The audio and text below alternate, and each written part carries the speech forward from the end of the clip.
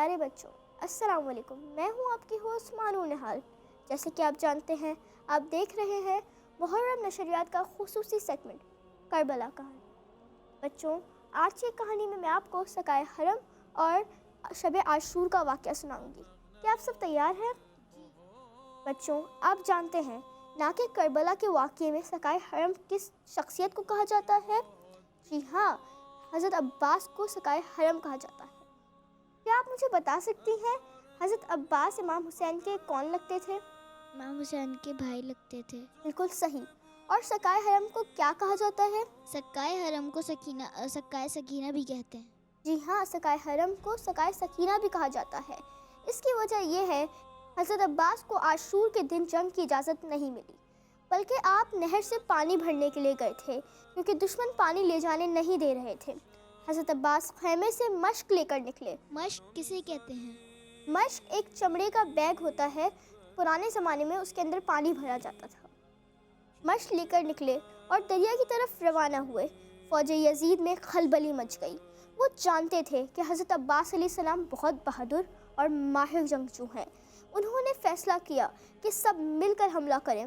آپ بھی ان لوگوں کے حملے کا خوب جواب دیتے رہے۔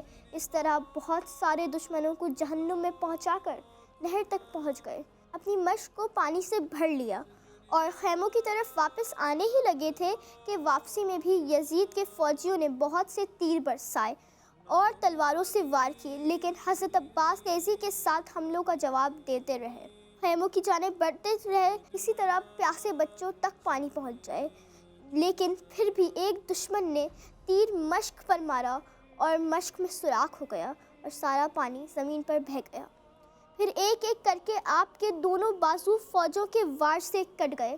آپ زمین پر گر کر شہید ہو گئے۔ شب عاشور۔ بچوں، شب عاشور کس محرم کو آئی؟ شب عاشور 9 محرم کو آئی۔ بالکل صحیح ام ابیہا۔ بچوں، 9 محرم کے دن گزرنے کے بعد جو رات آتی ہے اسے شب عاشور کہتے ہیں۔ اس رات تمام لوگ امام حسین علیہ السلام اور کربلا والوں کو یاد کرتے ہیں۔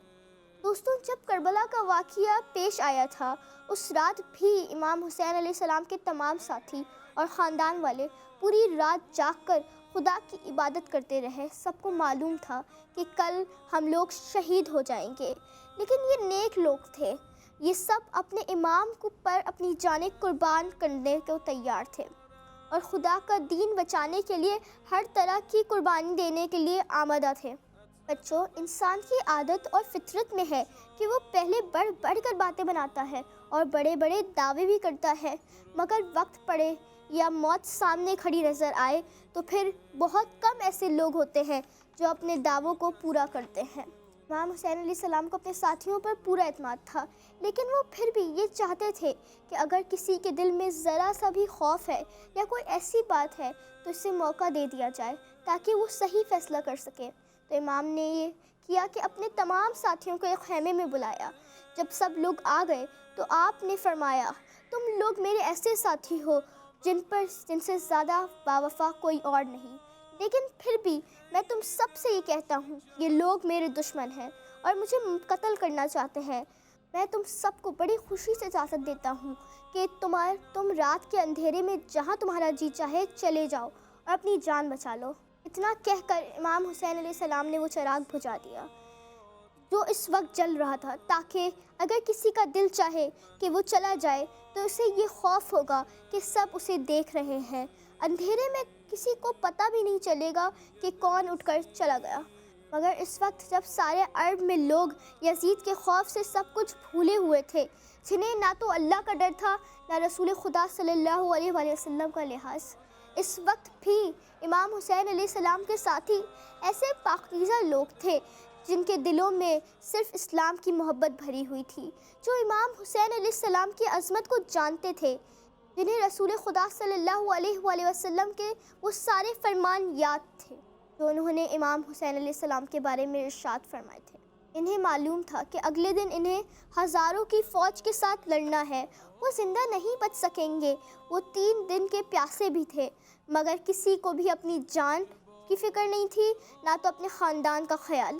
ان کے سامنے صرف امام حسین علیہ السلام تھے اور وہ ان کے قدموں پر جان قربان کرنے کے لیے تیار تھے۔ جب امام حسین علیہ السلام نے چراغ بجھایا تو سب سے پہلے امام کے بھائی حضرت عباس علیہ السلام اٹھے اور انہوں نے فرمایا، میرے آقا، خدا نہ کرے کہ ہم آپ کے بعد زندہ رہیں، ہم آپ کو بھی نہیں چھوڑ سکتے۔ پھر اصحاب میں سے حضرت بریر نے کہا، مولا، اگر ہم 70 بار بھی قتل ہوئیں، ہماری لاش جلا کر ہماری خاک ہوا میں اڑا دی جائے اور ہمیں پھر زندہ کیا جائے تو بھی ہم ہر بار آپ کی حمایت میں لڑیں گے، آپ پر اپنی جانیں نثار کریں گے اور آپ کا ساتھ کبھی نہیں چھوڑیں گے۔ امام حسین علیہ السلام نے سب کو دعائیں دیں اور سب اپنے اپنے خیموں میں جا کر عبادت میں مصروف ہو گئے۔ بچوں، اس رات کی ایک خاص بات اور بھی ہے۔ جیسا کہ آپ جانتے ہیں، امام حسین علیہ السلام کے ساتھ ان کی خاندان کی پاک بیبیاں بھی تھیں، اور بچوں، ان بیبیوں نے بھی امام حسین علیہ السلام کا بہت ساتھ دیا۔ بی بی زینب علیہ السلام سے تو خود امام حسین علیہ السلام بھی ہر بات میں مشورہ لیتے تھے، اور باقی بیبیوں کے حوصلے بھی بہت بلند تھے اور کسی کی زبان پر کوئی شکایت بھی نہیں تھی۔ حالانکہ ماں اپنے بچوں کو تکلیف میں نہیں دیکھ سکتی ہے، مگر وہ بیبیاں اپنے بچوں کی پیاس دیکھتی تھیں اور بڑے صبر اور حوصلے کے ساتھ انہیں بہلا رہی تھیں۔ ان تمام دنوں میں کسی بچے نے بھی امام کو پریشان نہیں کیا۔ ان کی بہادر ماؤں نے اپنے ننھے ننھے بچوں کو بھی بہادر بنا دیا تھا۔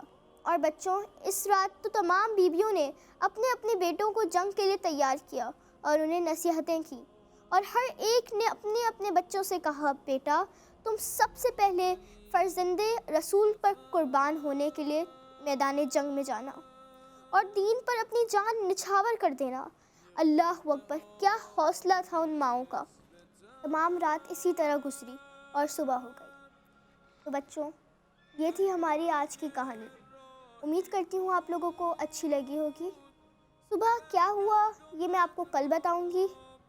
آج کے لیے اتنا ہی، مجھے اجازت دیجیے۔ اللہ حافظ۔